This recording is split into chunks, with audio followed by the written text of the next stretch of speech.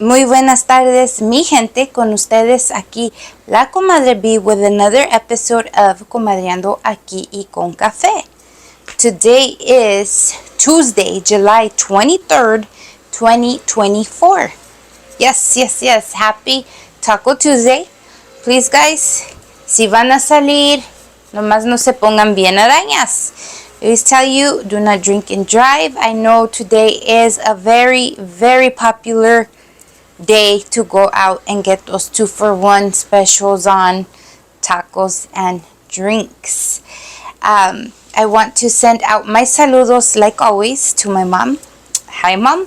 Y quiero mandarle un saludo hoy a el tío, el gato negro. He is a faithful watcher of the show, or so I think. A couple weeks back, around 4th of July weekend, he was blessing the community with little gifts here and there. So I just want to give you a big saludo and thank you for watching and tuning in. I hope that you are tuning in to this episode and you do see that I'm showing love for you. Just a reminder, guys, it is very hot. Yes, I know. Please do not leave your pets or your children unattended in the car. I know a lot of the times you guys are like, I'll be right back. Please just avoid it. Figure out a way, guys, or wait till you have backup, somebody to watch them. It is not fair. It is super hot, and this is some weather not to reckon with, guys. Oh my goodness. También, if you can walk your pets later in the evening when the sun is completely gone, that would be of help to them too. You gotta remember they're on their paws and the floor is hot. Yeah, let's love our pets, guys. Those of you that are serious pet parents already know this. A lot of you guys have newly added pets to the family. Let's just avoid all the cruelty. I know. It's just a quick reminder. I also wanted to throw out there to everybody watching. Please be kind to yourself and be kind to others. I know you're not my child. I know you're not a child. But a lot of the times we do really nasty things and we don't even realize it. Something as simple as a look. Something as deep as a comment. And yeah, guys, just be kind because uno nunca sabe what other people are going through, and a lot of the times we can just add fuel to that already flame and it's just no fun. At the same time, I added ourselves to it. We ourselves are our downfall in how harsh we can be to ourselves in every way. So please take a breather and remind yourself you are human.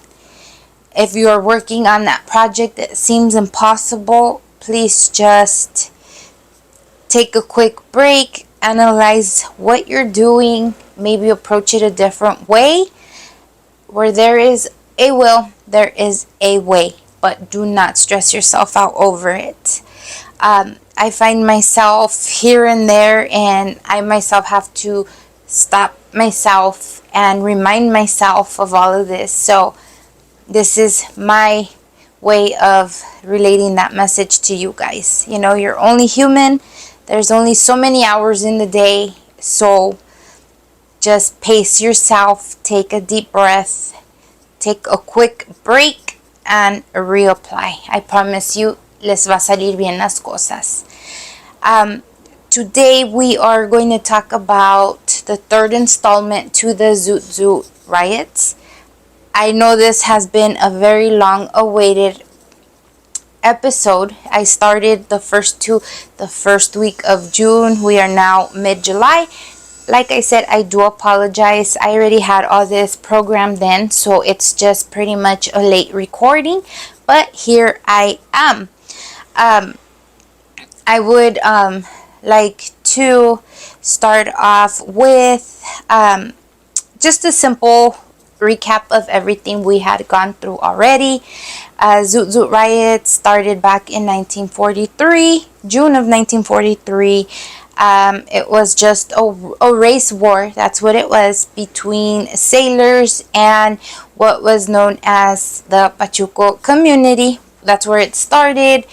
Hay un desmadre. There's been a total of 5 days as of today, what I will be informing you guys of, and it was not nice, guys. It was not nice at all. Era, like I said, un desmadre. It was a war zone scene.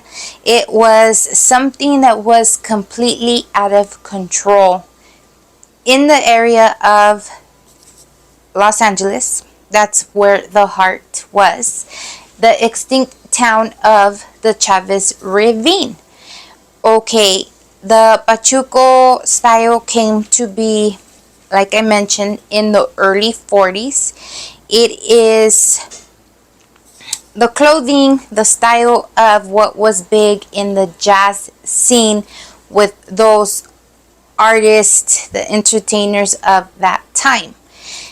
The Pachucada, or Pachuquismo, how they call it, was a thing that started in Texas in early 1940, 1939 to be exact. It didn't hit here, our area, until 1942. Now I'm talking here about 1943, where they had been a bunch of situations happening back and forth over a main situation of a murder that happened in August of 1942. The guy that ended up getting murdered was a young man by the name of Jose Diaz. I will, like I mentioned earlier in this specific episode or series, as you may, said I will talk about him on a whole episode that will be dedicated to him, because I feel like he deserves just that much. I know a lot of you, a lot of everybody might have not known the origins, so I just wanted to touch base explaining dates and all that, because something we need to know. I was in a pinup contest at Grant Ray Park, and it was honoring Pachuca Pride. And one of the questions that they asked us is, what does Pachuquismo mean to you? I have been studying, as you guys all know, all of our Chicano and LA history very closely. So I thought I had my dates right. The woman that was doing the whole microphone corrected me in front of everybody. I don't know, whatever. But yeah, it turns out I am correct with my dates. So yeah, I got embarrassed for no reason. But here we are. So like I said, I just wanted to put those corrections out there. There is a lot of textbooks that talk about this. There is a lot of articles that you can look up in regards to this, because once again, this was a very horrific, yet it was a very impactful event that took place when these Zoot Zoot riots broke off. They are part of our history. I'm not saying it's good history, but it happened. And once again, for all our native LA people, all our people in the valleys, all of them, we're all neighbors, we're all raza, we should all know this stuff. So that is why I want to bring extra light into this specific event. All right, guys. Yeah, I had a lighting issue. I think we're good now. Anyways, back to the whole event and what led up to what was going on. The day the riots had started, if you guys have been watching, there was a situation where the sailors got off of a bus, went into another little group of the kids dressed like pachucos, and that literally started everything. A little bit earlier that day, the situation that had happened was, again, Since everybody was stuck in this community, this little town, there was no way around not interacting with one another. So whether you were trying to get to the market, whether you were trying to go downtown to go have a good time, you're gonna run into one another. And I think that is where a lot of, all of this just brewed up and blew over. Supposedly, a lot of comments out there are saying or said, obviously it's a past situation, that there was so much racism on behalf of these servicemen because they were stationed here and they were from different parts of the country, so they did not know how to behave around our Mexican Americans. Excusable? I don't think so. Nobody has the right to treat anybody more or less, especially over the way they are dressed, making assumptions. Pero it is what it is, and that is why this is in the past. We need to make better choices, people. We need to evolve as humans. What else can I say? Okay, so that other situation I just mentioned was a group of sailors were on the sidewalk. A group of these kids dressed in zoot suits were hanging out on the same sidewalk. As the servicemen, the sailors, started walking, one of these zoot zoot pachuco kids raised his hand in a manner that one of the sailors felt threatened. They started fighting, obviously. The bola empezó a pelear, this and that. That specific sailor that thought it was a threat or thought it was disrespectful was fighting with the kid that lifted his arm. A lot of bad came out of that. The sailor ended up getting knocked unconscious. He had a broken jaw, and his friends had to drag him back to the armory because obviously he got beat down pretty hard. Now what happens next is a given. A lot of the servicemen back at the post couldn't believe what had happened. Right away they started getting their weapons ready to come back to town to retaliate, right? You know what else is there to do? A lot of talk is that they were using their gun belts as a weapon. They had bats, pretty much whatever they can get their hands on to become a weapon is what they were using as one. There is even reports of actual sailors admitting to having pennies sewn onto the handkerchiefs they wore around their neck, and it was for that sole purpose of turning it into a weapon.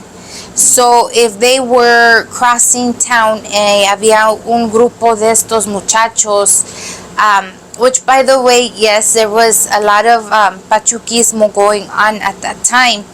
And yes, a lot of these kids obviously were undesirable, but the mistake that the servicemen did was judge everybody accordingly. And obviously not everybody was up to no good.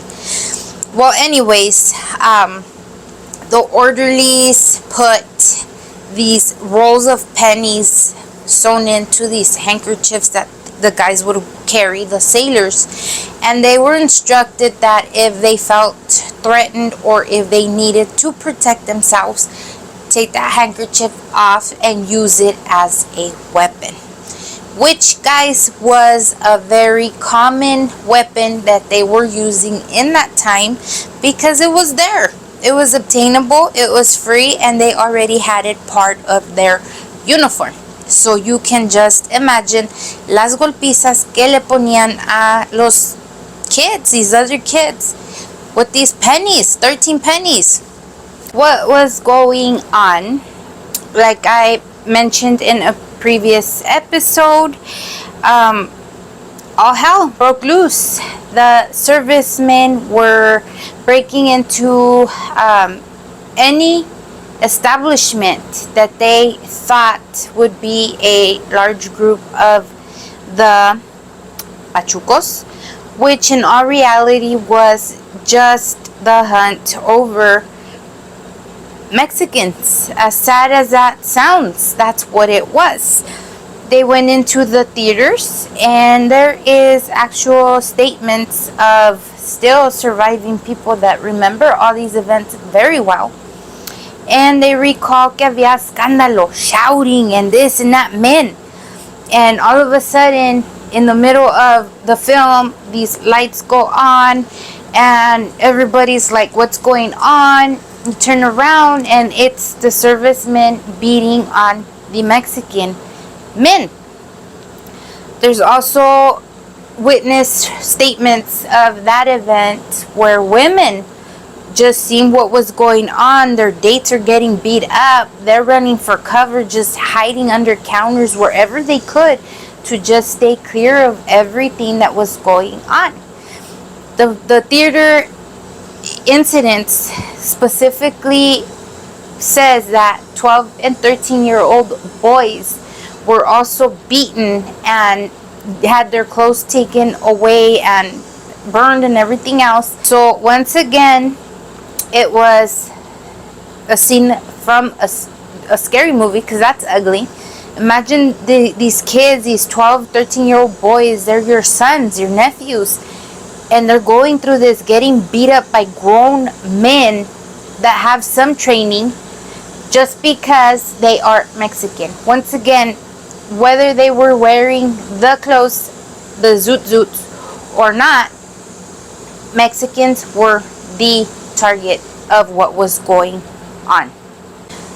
The heart of Los Angeles, which is the oldest neighborhoods there, is where the servicemen took to literally to prey on these victims. You know, they hit up Lincoln Heights, Boyle Heights, and East LA. Those were the main targets. I will put a map a little bit later so you guys can see what everything just looked like. It's crazy. These military men had this mentality of search and destroy. Like I keep saying, it wasn't just the Pachucos anymore. It wasn't just the people dressed in Zoots anymore. It was literally anyone that looked Mexican. That's who the search and destroy agenda was for. The whole Pachuco hysteria just kept sweeping farther and farther and getting bigger and bigger. You name it, the newspapers were talking about it. It was on the radio stations. All that kind of bad information, you could say, was going on. By the 5th day, there was a total of 5,000 civilians that traveled from as far as Las Vegas to come and help the military personnel take care of this Pachuco hysteria, Zoot, out of control situation that had been going on for days. Yes, guys, the word on the street was that the Pachucos had taken over. Yes, I know, crazy. We were not alone. The black community, which were watching everything going on and how bad the raza had it, were actually helping us out. They were offering rides in cars, those that did have them. They were even loaning their personal cars, those that had them, and had actual gas, because gas was really scarce at that time. So, thank you to them. A lot of the people were able to help themselves out during such a horrible time. And again, the LAPD has everything to do with this situation getting so far out of hand. They would only patrol areas after the servicemen had made their sweeps. What were they doing? They were only arresting what were now victims, which were the raza, the Mexicans. They never arrested not one serviceman, not one sailor, not one military, nothing. Every single arrest that was done within this 5-day period was all Mexican people. At this point, like I mentioned earlier, we are on day 5 of this riot. It was the worst day of the entire ordeal. At this point, it wasn't even just the youth. If you were Mexican, you are going down. They were arresting them, the Mexicans, dressed in Zoots or not, and they would take them to jail. What they would do with any serviceman, any military man, they would pick them up and give them a pep talk, drive them 3 blocks down, and tell them behave and get back to your post. That was it. Again, there is no record anywhere within these 5 days that there was any serviceman arrested for any of the crimes that were being committed. How fair is that? I don't think so. At this point is when Los Angeles officials started to realize that this was big time out of control. It was so out of hand. They also came to conclusion that all this is going on because of the servicemen. They said, you know what, they're disobeying their superiors and causing a bigger issue than there should be. We really need to do something about this. On June 8th, 1943, military authority and city officials declared the city to be off limits to all servicemen, all of them. They were caught over there, they're gonna get in trouble. You know, there's gonna be repercussions, something's gonna happen. You are no longer allowed over there.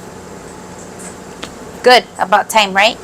Timing couldn't have been better, because once again, this was a very scary time.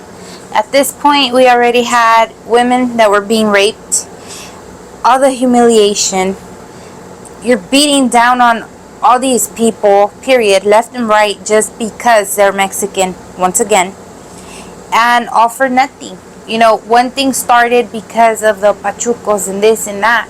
Another thing is just going after a specific race, and that is what was going on at this time. Our beloved Whittier Boulevard was a famous and very hot spot for a lot of what was going on. When I say it was war, it was war. We had people retaliating from both sides. Unos no se dejaban, otros se defendían. Like, it was just a back and forth, but this kept making matters just that much worse. There is witnesses that say they seen or even lived through the operation on Whittier Boulevard. And no, guys, it wasn't cruising, although it was similar. What the raza would do is they'd scope out servicemen in their vehicles on Whittier Boulevard. And, you know, they'd be timely about it, and they would see that there's cars in front of them. What they would do is follow at a distance, make sure that they would be coming to a red light. Once there was a car in front of the serviceman's car and they're at a red light, they would run up on them, park right behind them, jump out during the red light, and start beating whatever serviceman was in that vehicle. This is what I mean by it was all unnecessary, and both ends were just fueling this fire and making it bigger and bigger than it should have been. With these servicemen having the city off limits, the riots ended. As quick as they started is as quick as they ended. The following day, on June 9th, 1943, the city of Los Angeles brought up a bill banning the wearing of the Zoot suit. If you were caught wearing these garments, the Zoot, you would be in trouble for up to 30 days in jail. They were also giving out citations that you had to pay. So, in other words, the city was not playing anymore. The servicemen were off limits, and the raza had to comply with this ban of this style of clothes. Fair or not, this is what happened. All of this is a dark chapter in Los Angeles history. It was such a serious situation going on. All the stores that had just been so proudly advertising their garments, their brand, their line of clothes, stopped manufacturing the Zoot. They pulled them off of the showcase in the front. They didn't want to be associated with it. Obviously, they would get punishment as well, slapped with fines for selling this clothes. On a previous episode, I did mention there were some bootlegging companies that were still creating such garments, such looks, but obviously estaban on the hush-hush because ain't nobody want to get in trouble for that, right? A citizens committee was also established by the government for the purpose of investigating the main reason for these riots. Obviously, they didn't get the memo. They didn't know what was really going on. So, the investigation started making way. Después de this and that, el reporte decía that the main reason for this entire event ordeal was race related. At that time we had our mayor, his name was Fletcher Boren, and he said, "No, Mr. Governor, that is not the reason. It wasn't race. That isn't even a factor in the situation. Race is not." Where do you get that from? The main cause behind all this that happened was the youthful delinquents that started it all. That is his story, that's what he said, and that's what he stuck to. All of this was so unnecessary and so much damage done to each other, one another. Like, for instance, there is a witness that I read a statement about. She says that she was watching a young boy about 14 years old getting beaten up by the police, right? And he's sitting there asking, "Why are you hitting me? Like, what did I do?" At the same time, somebody had told his mother what was going on. Y la señora venía with a stroller because obviously this was a young boy, about 14 years old, like I said. And she obviously had a younger child at home. And as she was shouting, coming closer, as she was watching how they're beating up her son, she's telling them too to please stop, please stop. As soon as she gets to the police officer and her son, the officer beats her up with his baton also and just knocks her back, hit her in the face, in the jaw. And this is just an example to open the reality of how ugly everything was at this time. How, being an officer, being a man, you have the nerve to beat up on a woman. An innocent woman is just asking to leave her boy alone. That is so heartless. That is ugly, ugly, ugly. Like I always say, put yourself in those shoes. Imagine that was your mother or your grandmother, and she's getting beat down by the police just for asking to leave her boy alone. It's heartbreaking to just hear about all this and read about it. If only these city officials would have really got involved earlier and seen what was really going on, instead going based off of this hysteria que the Pachucos took over. Look at how much damage was also done to people's businesses, all these establishments that got broken into, they got destroyed because these servicemen were on a rampage trying to get at all these people supposedly doing what the police hasn't been able to do. During this whole time, all this stuff going on, there was one gentleman by the name of Al Waxman. He was an editor of a small Jewish newspaper here in the area.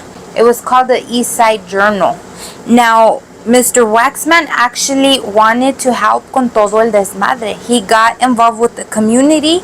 He called a meeting and called all these young boys to an auditorium. The police actually escorted all these kids out there. There was over 250 young boys, young men who attended this meeting, and Mr. Waxman's trying to, calm them down and try to help them put order. Like, you know what? Don't let them sit here and instigate you guys. This and that. Behave. Look the other way. Stop being so confrontational with them. This and this. So, as he's thinking, Mr. Waxman, that he's, getting these kids under control, and they're all agreeing, like, yeah, we need to just stay home till all this is controlled, blah blah blah. Out of nowhere, llega un muchacho gritando, right? He says, the soldiers and the sailors are beating us up on Central and Main Street. As you can imagine, the efforts this poor man had already been doing, talking to these boys, went out the window. All of them got enraged again. They're sitting there like, Scrappy Doo, let me at him. Like, it was just desmadre again. Mr. Waxman still trying to calm them down. Relax. You guys need to go home. You just told me you would be going home. This and that. For the most part, most of the boys agreed. They said, okay, yeah, you know what? This is out of hand. Everybody we know is getting hurt. I don't want to be the next. I'm just going home. There was a handful of about 50 of these boys that didn't agree. They said, nah, we're going to go over there. We're going to take care of this. These servicemen, blah, blah, blah. Mr. Waxman actually said, fine, if you go, I will go with you. I want to make sure that you don't hurt anybody and nobody hurts you. He went afoot, followed these boys. They walked down these streets, and just as he already knew, obviously he was the editor of the newspaper, everything was out of a movie, a scene of a movie, and an ugly one at that. Once he marched down there with this handful of the youth, they made it down to 12th and Central. And yeah, that's where everything started. Mr. Waxman wrote his statement saying that he see people locked in together because they're fighting. He was seeing people kicking. He could see people with the arms just swinging left and right. You didn't even know where it was coming from. It was just coming. He says that you could see kids on the floor full of blood and puddles of their blood. Beer bottles were being thrown. He talked about those handkerchiefs being used with the pennies. He even mentioned about women getting hit with the police nightsticks. You name it, he saw it. He also says that he witnessed a boy that was already unconscious on the floor, and he was still getting his face stomped on. So you could just again imagine the sights that were going on in our streets at this point. He also mentions that he witnessed as well the servicemen invading cafes, bars, arcades, shops, looking for the raza. He mentions all of this. If you look him up, Al Waxman, you can find a lot of his testimonials that he left in regards to these riots. During these 5 days, they calculated 12 to 16 serious casualties per day. It was a 5-day period. That's a lot. They also calculated 5 civilian Mexican youths injured for every one serviceman. That is a whole lot as well. There was no deaths, thank God. But they also made note that they know and they were aware that there was a lot of less serious injuries on both sides that went unreported. Qué feo. Aquí está el map. And yeah, I am so glad. Well, not just me, but period, you know. It is good that the city officials stepped in. All of this was so uncalled for. All of it. Okay, the ban of the Zoot suits went on for 80 years. Yes, guys, 80 continuous years. Even though, once again, this was just a very sad and a very dark time in the history of Los Angeles, on May 16th, 2023, item number 9 in the Los Angeles city agenda was again an item, and the ban was finally removed for wearing Zoot suits. Many years. I would like to take this time to